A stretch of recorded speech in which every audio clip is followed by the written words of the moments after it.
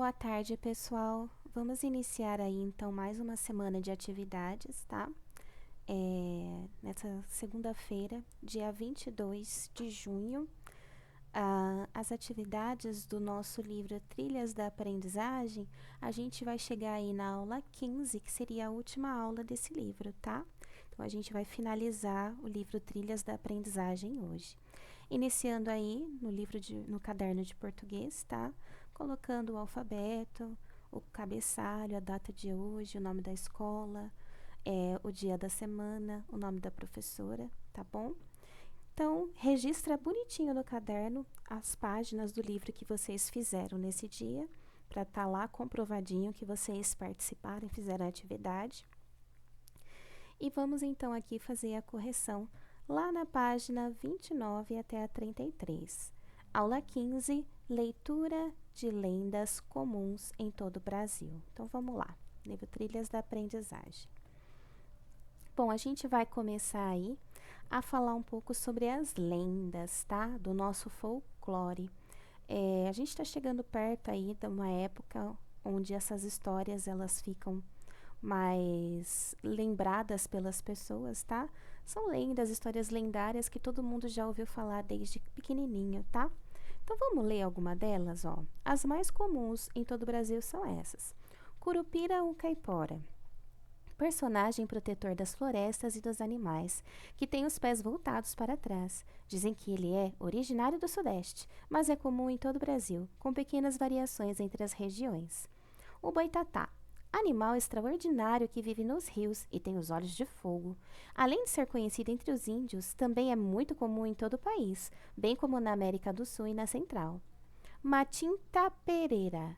Misteriosa criatura que vive nas matas, ora pássaro, ora gente. Embora muito comum nos estados da região norte, é conhecido no país inteiro, já que é uma variação das lendas do Saci-Pererê e do Caipora. Mula sem cabeça. Estranha aparição que corre pelas ruas de pequenos povoados, assustando todo mundo. Em algumas regiões, ela aparece com cabeça, soltando fogo pelo nariz e pela boca. A Mulher da Meia-Noite. Aparição na forma de uma mulher jovem e bonita que encanta todos e desaparece na porta dos cemitérios. Esta lenda é contada nas Américas e na Europa, com relatos desde a Idade Média, com características que variam. Lobisomem.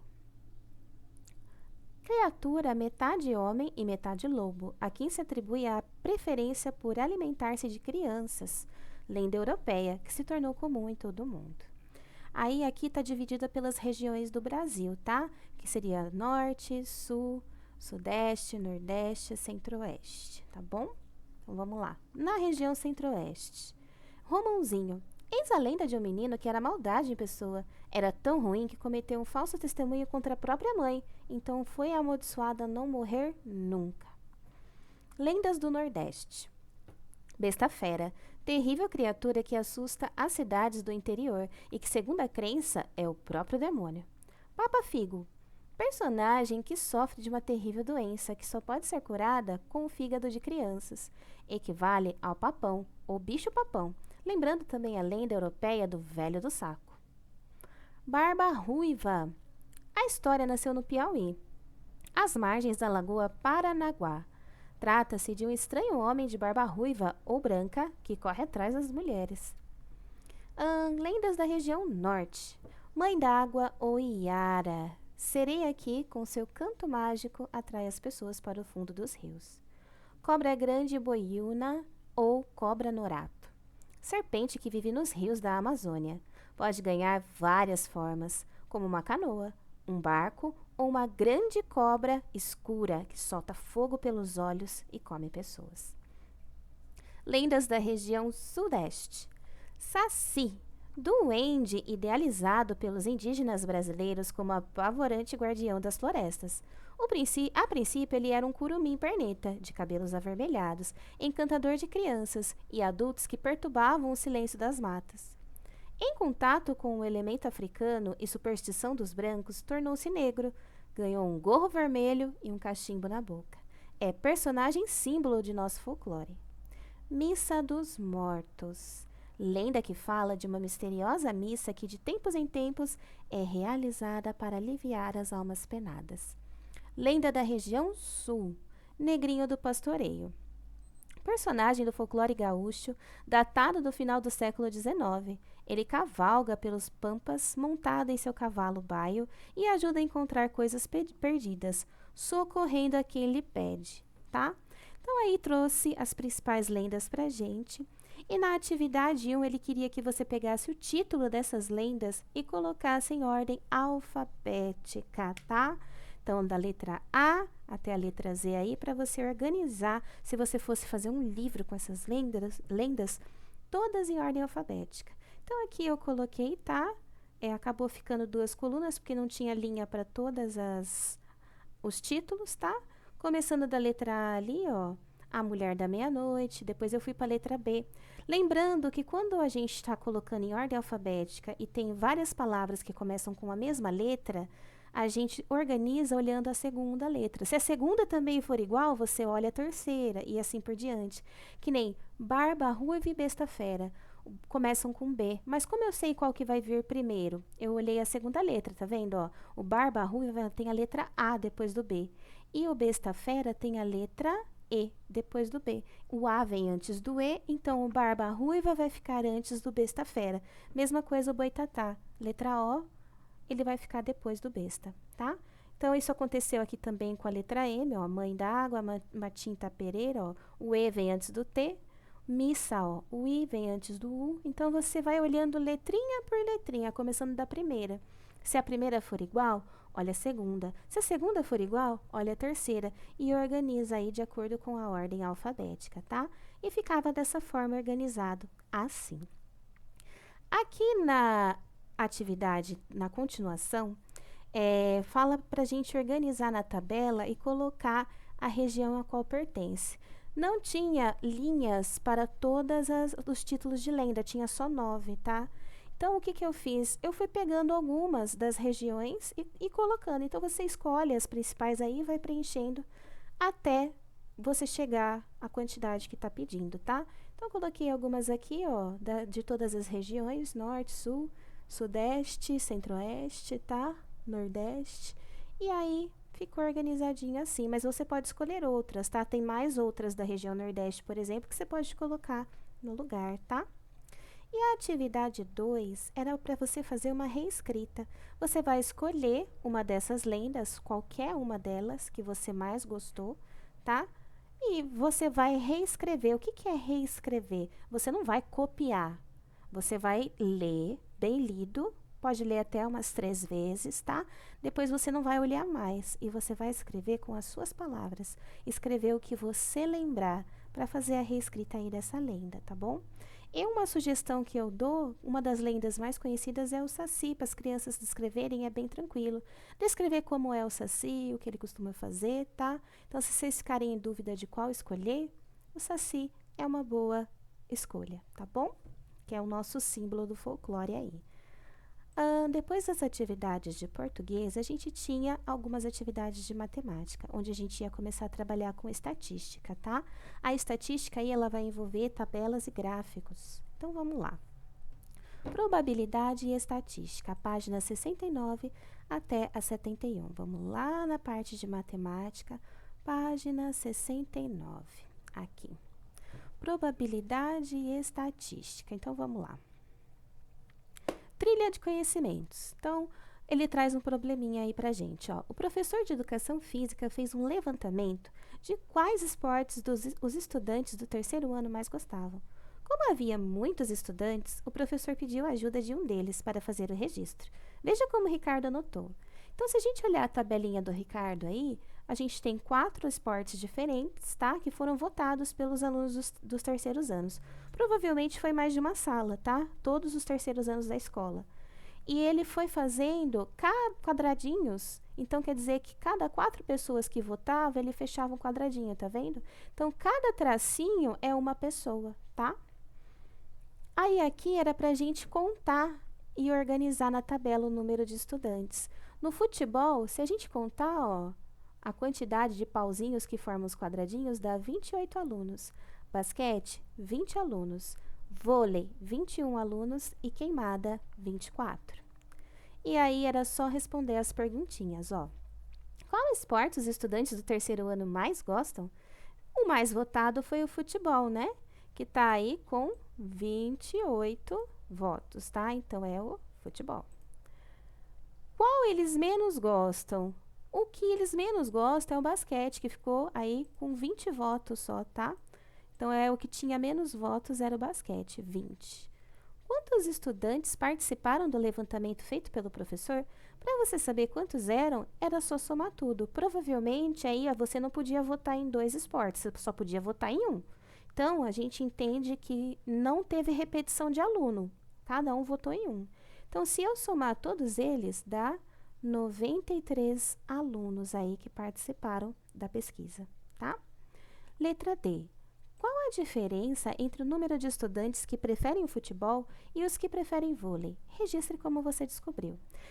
Lembra que eu falo para vocês sempre, quando a gente for calcular diferença, eu faço continha de menos. Então, eu vou pegar o mais votado aí, que é o futebol, e ele pede para eu calcular a diferença com o vôlei. Quantos votaram no vôlei? Não foi 21? É só você pegar 28 e fazer uma subtração com o 21, ó. 28 menos 21, sobram 7. Então, a diferença entre a votação dos dois é de 7 alunos. 7 alunos votaram a mais no futebol. Basta, aí eu expliquei aqui, ó. Basta pegar os alunos que gostam de futebol e subtrair pelos que gostam de vôlei. Então, dá 7 alunos. Letra E. Qual a diferença entre os estudantes que preferem queimada e os que preferem basquete? Como você fez para descobrir? Então, novamente, aqui, ó, eu vou pegar e vou fazer uma continha de menos, calcular a diferença, tá? Deixa eu só destacar aqui, ó. Toda vez que o probleminha vai pedir diferença para você, você já sabe que você vai ter que fazer uma continha de menos para estar calculando, tá? Então, novamente aqui, ó, eu peguei a quantidade dos que gostam de basquete, que eram 24, e os que gostavam de queimada, ó. Ai, desculpa, os de queimada, que era 24, e os que gostam de basquete, 20.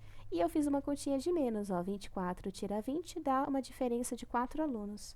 4 alunos, então basta pegar os alunos que gostam de basquete e subtrair dos que gostam de queimada. E você chegava aí na diferença.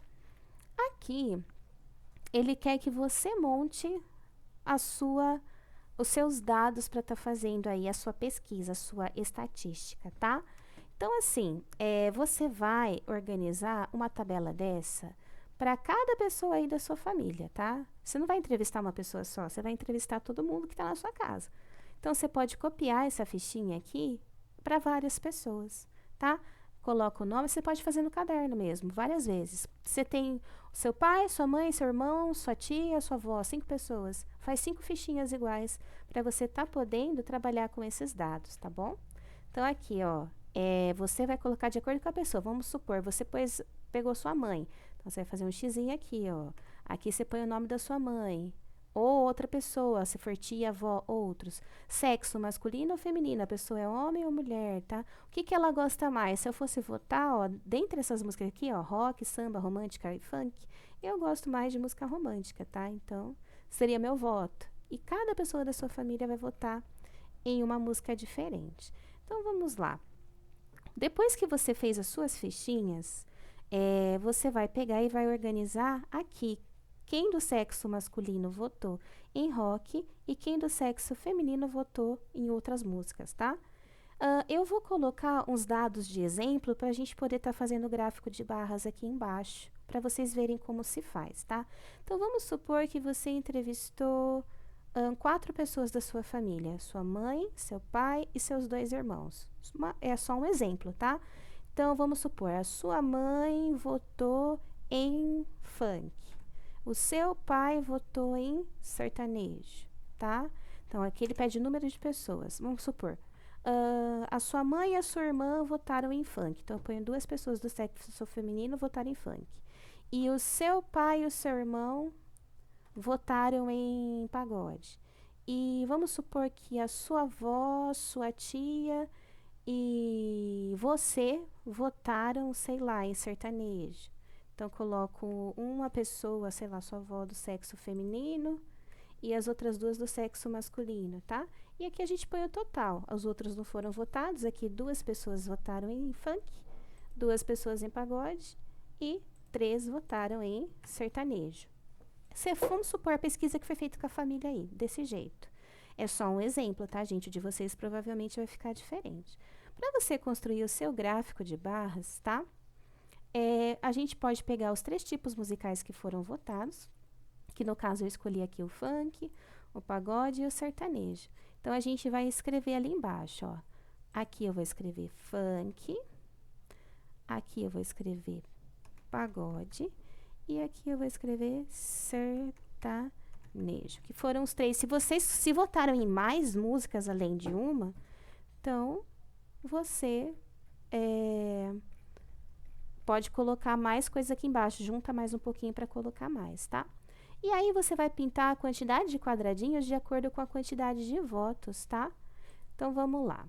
Eu vou usar um vermelhinho aqui pro funk. Quantas pessoas votaram em funk? Deixa eu pôr mais pra cá. Quantas pessoas votaram em funk? Não foram 2? Então, eu vou pintar quantos quadradinhos? 1, 2. Então, 2 quadradinhos pro funk. Quantas pessoas votaram em pagode? Não foram 2 também? Então, eu vou colocar uma outra cor aqui, ó. 2 pessoas pro pagode. Quantas pessoas votaram em sertanejo? Não foram 3 no meu gráfico? Então, eu vou pintar, ó. 1, 2, 3, tá? E aí, você vai construindo o seu gráfico de barras de acordo com a quantidade de pessoas, tá? É assim que a gente monta um gráfico aí. Então, cada quadradinho representa uma quantidade, tá bom? As atividades de matemática eram só essas. A gente finalizou aí o nosso livro Trilhas da Aprendizagem, tá? No final dele tem toda a adaptação, a fonte, da onde foi retirado esse material, tá? Da Secretaria Municipal de São Paulo. E a gente conseguiu aí finalizar as atividades nessas 15 aulas, tá? Então, façam as correções. Qualquer dúvida é só mandar para mim. Um beijo, tchau!